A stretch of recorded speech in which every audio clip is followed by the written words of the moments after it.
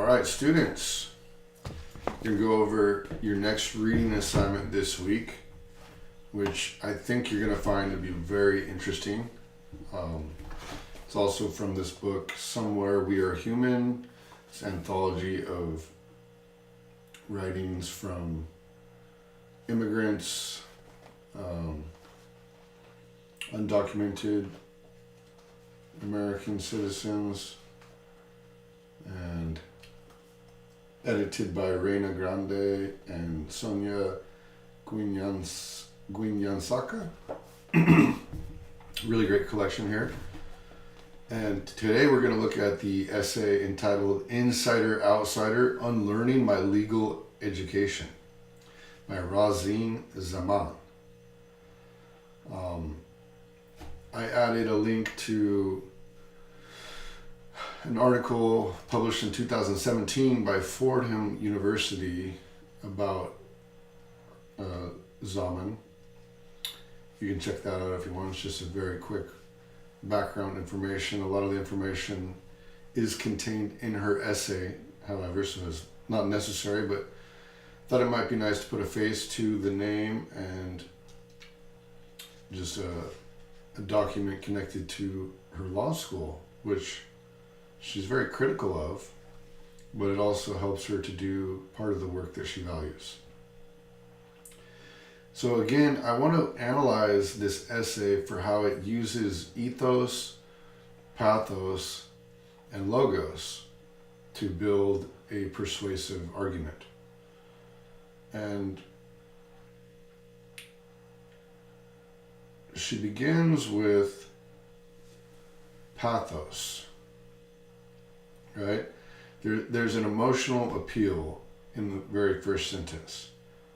Zaman writes, "As I had no memory of the country I was born in, and the only country I knew refused to accept me, I developed a complicated relationship with the law early on." So this gives us this sense of her own mixed feelings, as is indicated by the title, Insider Outsider. There's a paradoxical image there. There's a contradiction at work.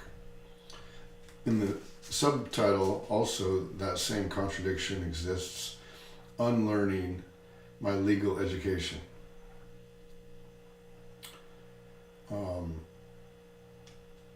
So she discusses a little bit of her background, how she was part of Obama's Dreamers Act, the DACA legislation that gave her the confidence to go to law school.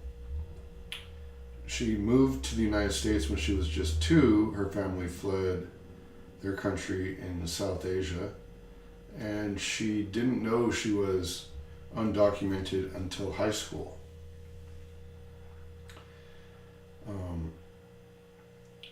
And she was very critical of the legal help that her family received. As she says, one immigration attorney swindled their family of their savings. Another suggested that she try to get married as soon as possible, even though she was a teenager. But she went to law school and was not happy with what she found. And she describes it in a very vivid, but again, emotionally evocative image. She says, "It was like stumbling into an army of Game of Thrones White Walkers, but we were the sacrificial idiots who actually took an exam to be in their company." Right? So she paints this image of her fellow law students as these inhuman, monstrous figures. And she says, ironically, the first case we read, R versus Dudley and Stevens, involving 2 Englishmen becoming cannibals during tumultuous times at sea, was an ominous sign of the 3 years ahead. Zaman pulls no punches in this essay. She's very critical of European Americans, of white Americans, of English Americans in particular.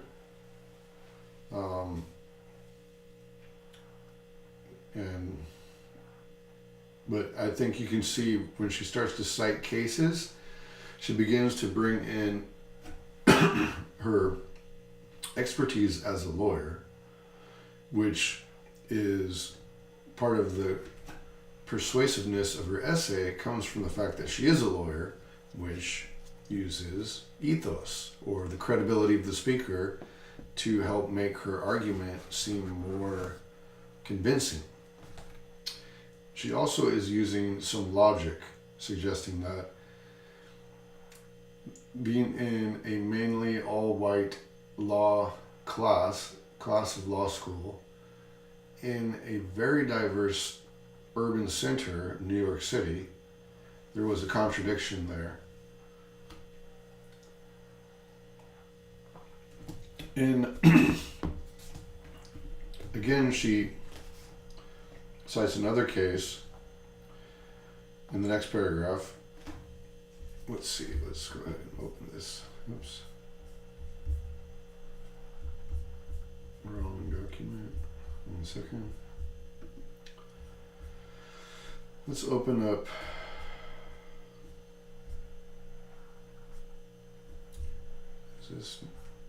is this tracking? Can't tell. I'll take a look in a second. Okay, so my screen is frozen. You have to forgive me, the background's not going to change.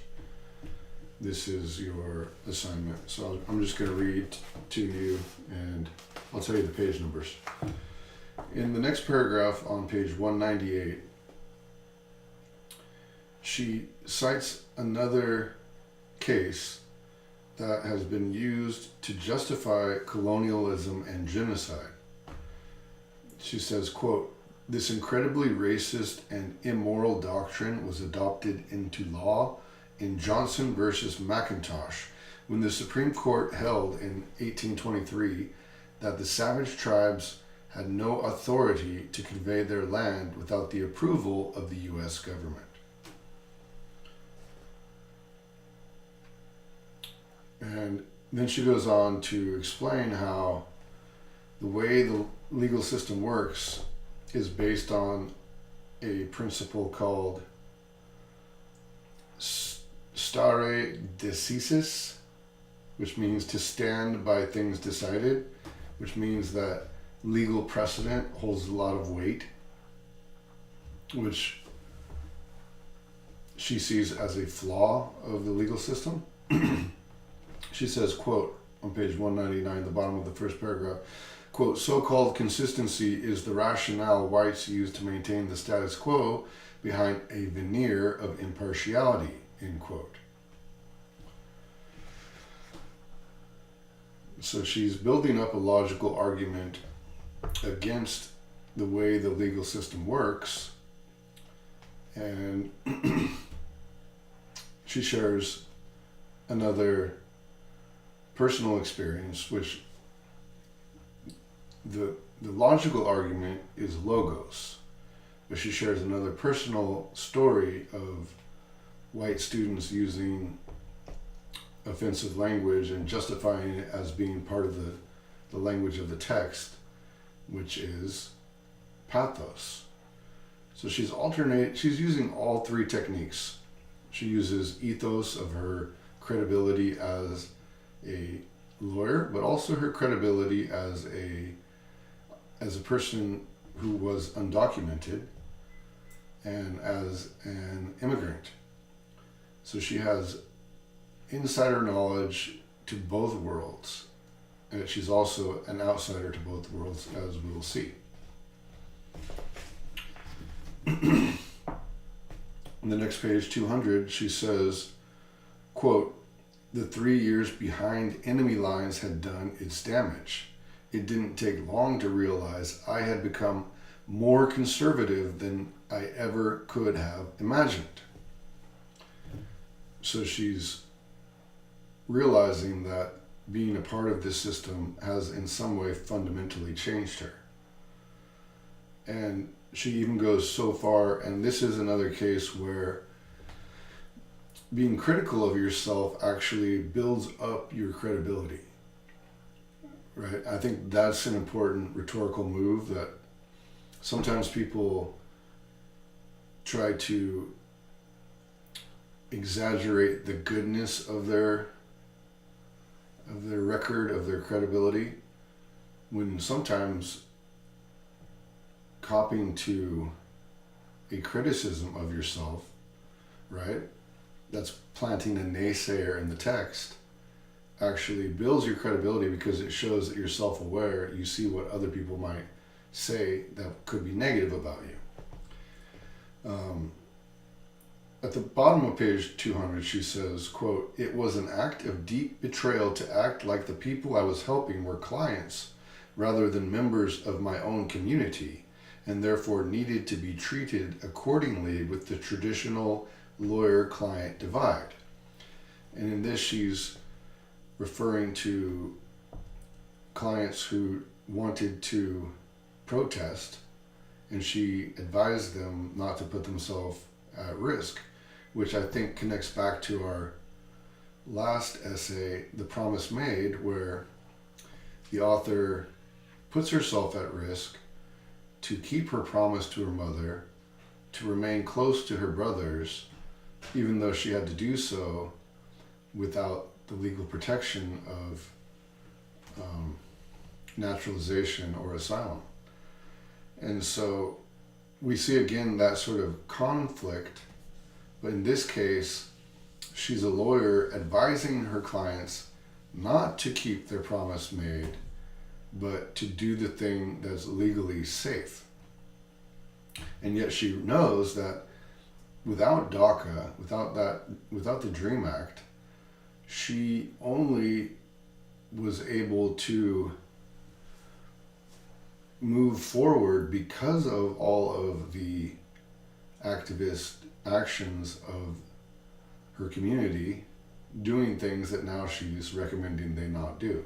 That's why she feels like it's a deep sense of betrayal, an act of deep betrayal. And then she goes on to explain how the process of appealing for asylum follows this sort of humiliating ritual of deprecating testimony. She says on page 201, quote, "Unlike the presumption of innocence in the criminal legal system, in removal proceedings you must admit guilt to even ask for many forms of immigration relief. You will end up kneeling before the government in some kind of a hybrid between a very high-stakes college admission essay and a confessional."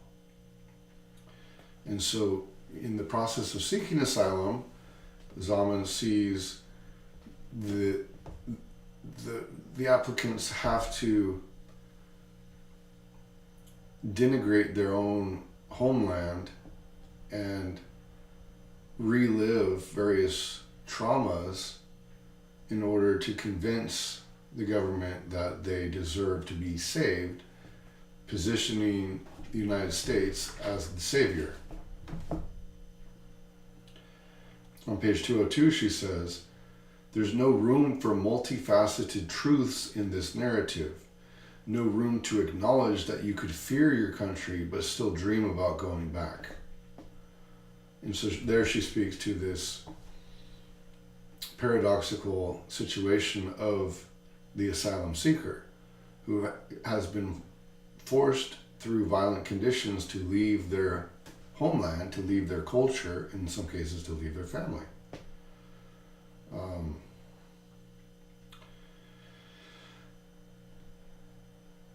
She says, "The narrative I wish we had gone with," referring to a case where she chose the safe route, "was that he was a victim not of another country but of U.S. imperialist ambitions and racism. But she wasn't willing to risk deportation to experiment on how to craft a more critical narrative." In another case, she is coaching a client how to explain her gang rape to a judge, and she's worried that it's becoming too mechanical, that she sounds unbelievable. Again, this notion of credibility. But on the stage, she says, quote, "Shamefully, once the tears began to roll down her cheeks, the first thing that crossed my mind was not her well-being, but rather that this would be strategic in persuading the judge." Pointing to exactly how pathos works. By inspiring an emotional response from the judge, she hopes to be believed by the judge. But Zaman sees this as effective, but also backwards to her conception of humanity, that a person shouldn't have to relive their trauma in order to gain protection from a country.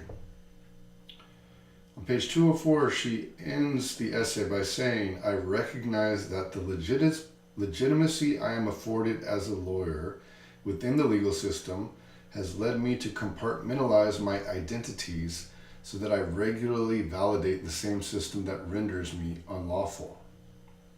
And I think that beautifully sums up the logic, the paradoxical logic that is pointed to in the title, Insider Outsider, Unlearning My Legal Education. And we learn that she works during the evening for an activist organization.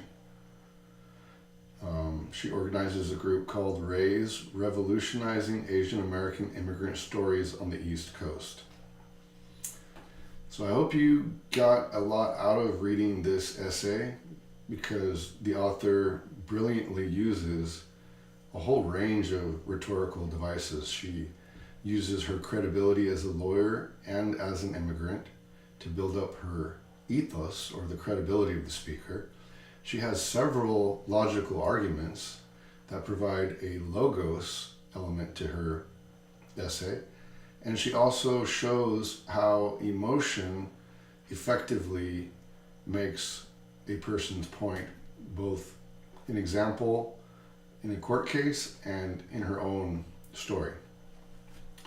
So I hope you're finding some inspiration with your own writing, and I look forward to reading it very soon. Email me with any questions. Talk to you soon.